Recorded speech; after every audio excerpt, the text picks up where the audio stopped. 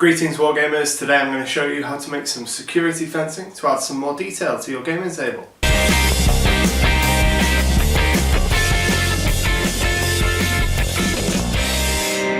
We're going to be using really simple materials for this build. We're going to be using barbecue skewers to make the frame of the fence, a tongue depressor to make the base, and coffee stirrers to make the little corner supports.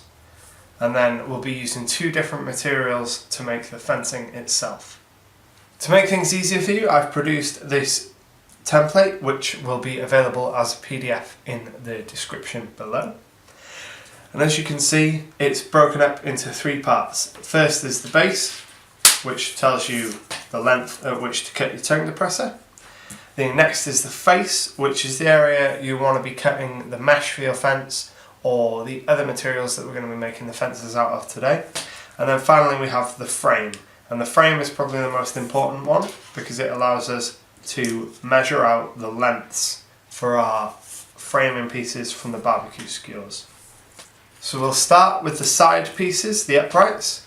And all you need to do is place your barbecue skewer in line with the frame on your piece of paper. Take a pair of clippers and then come in and line it up and just snip it off. And then do the same on the other side.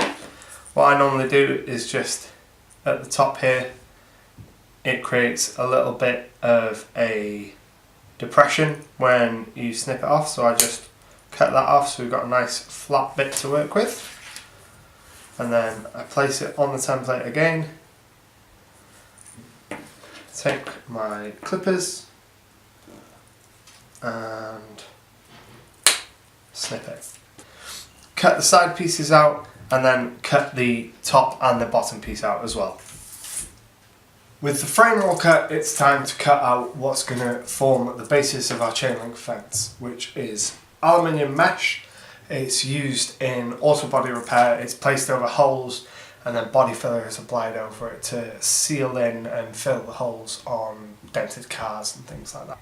It's a super cheap material. I got mine for £1.50 in the local hardware store, and you can get it online for just a few pounds or a few dollars. I'll leave a few affiliate links in the description for those who want to get it online.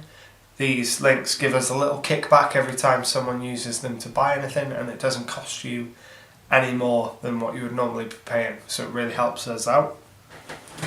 So to cut the mesh to size, all we're going to do is we're going to line it up with our template, take a felt tip or a permanent marker and just mark along like that.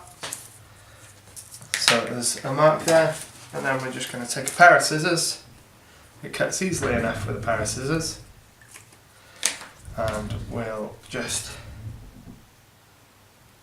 cut it out like so, like that, and then like that. Move that out of the way, and that's the basis of our chain link fence cut. With the fence all cut, it's time to add the frame. Now you want to make sure to follow the spacing given in the template and leave approximately 1 centimetre at the top and 0.5 centimetre at the bottom, and you'll see why in just a minute. Adding the chain link to the frame can be a little bit difficult because the fence part is perforated. It's a little bit difficult to glue, so what I like to do is get a couple of spring clamps and place your fence down so that it follows the template, and then try and clamp it into place. It's a little bit fiddly, but you'll get used to it fairly quickly, and just clamp it down like that. Once your piece is clamped in, take some super glue and you want to add just a few drops along here where the fence post meets the chain link. With the fence glued to the frame, it's time to add the corner pieces. To do this, we're going to be using a coffee stirrer, and all you need to do is take your clippers, clip off one of the rounded ends, and then take a pen, line up the stirrer and just mark out where it intersects with the frame, and then just clip your stirrer and then clip off the diagonal pieces. And you want to do this 4 times so that you have one for each corner. With our corner parts cut, it's time to add them to the fence. We'll be doing this on the back side of the fence, the same side that you glued on the supports. All you need to do is pop the corner piece in, finding the proper orientation, like so. Push it into the corner and just drop a bead of glue in. And that'll hold it in place. And then do that for all 4 corners. With the main body of the frame built, it's time to move on to adding a base. I like to use tongue depressors first because they're thin, so they don't create a distracting profile, but they're nice and wide and help keep your fence stable. Now, to add the fence, you could just add some super glue and place it down on the base, but it won't create a very strong bond. And unless you've got an activator spray, you'll have to hold it for quite some time. What I like to do instead is use a combination of super glue and PVA glue. To do this, I simply place a blob of glue of the PVA onto the base on both ends, and then I take some super glue and put some super glue on the ends of the frame.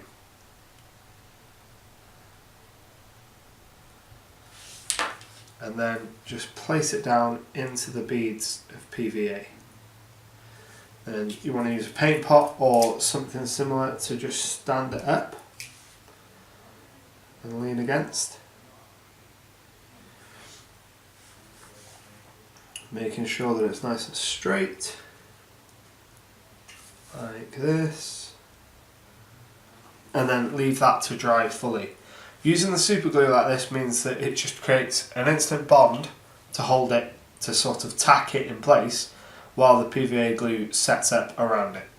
So make sure to leave this for a good 30 minutes to an hour to fully set, and then we'll come back and add some basing materials.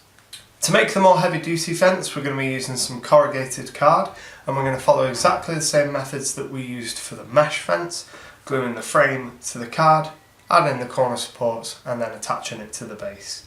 For this method, you can either use corrugated card if you want the heavy industrial look, or if you want something a little more ramshackle, you can start with a sheet of mesh and then glue squares of card over it to give the appearance that someone has been reinforcing the fence.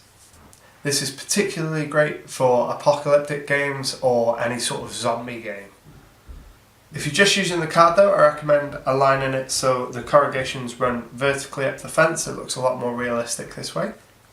So we'll just put this fence together exactly the same way as we did with the mesh one.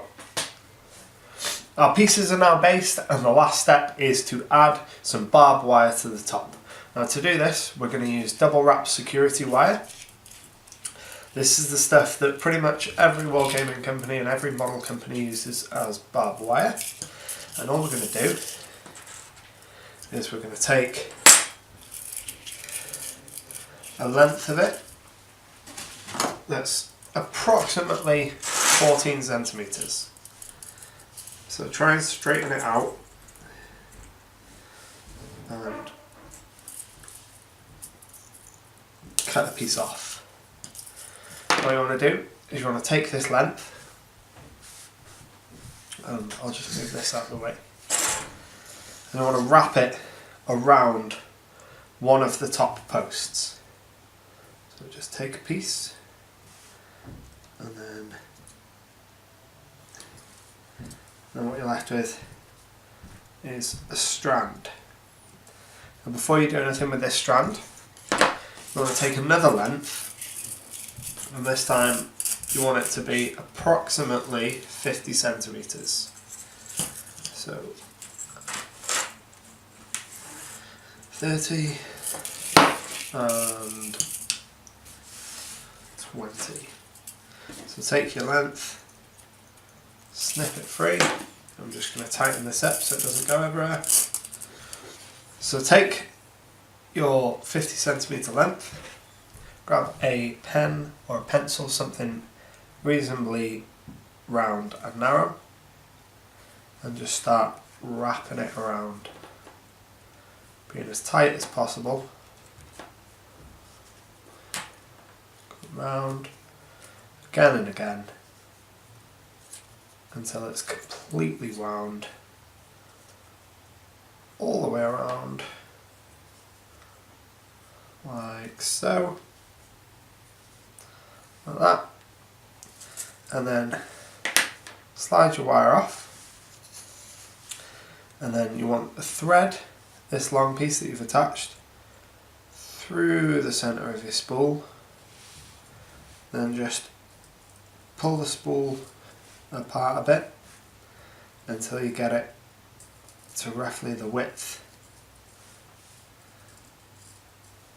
of the fence, and thread it through, and then take the end of your straight piece and wrap that around the top of the other pole, like so. Wrap it around, and what you're left with is a nice section of wire over the top, and you can use as much or as little wire as you like for this. About 50 centimetres is the minimum. Any less than that and it'll look a little strange, but you can always use more for denser wire, or wrap it around something smaller for a smaller bundle of wire. And all you want to do is just push it to the front, and then you can add a few drops of glue if you want to keep it in place. I don't mind having it loose, I think it looks a little more natural. But there we are. With the fences built, it's time to move on to painting. I recommend giving them both an undercoat of a silver spray paint to begin with, and then using a variety of black and brown washes and weathering powders to really dirty them up. The heavy duty fence, they really benefit from having nice bold colours all along the panels. A blue similar to this would work well, or greens or reds work really well as well. And there you have it, a simple and cheap way to make security fencing for your war games. One sheet of mesh will make about 6 fences of the size we used today, so it'll add plenty of terrain to your tables. If you enjoyed this video, leave a like below, it really helps us out. And if you plan on using these techniques to make fences for your own games, leave a comment below and let us know. If you're new to Icarus Miniatures, welcome! We release videos every Friday, and if you want to keep up to date, don't forget to hit that subscribe button and ring the bell for notifications. If you want to keep watching, you can check out our tutorial for making Hesco barriers right here. And until next time, happy wargaming!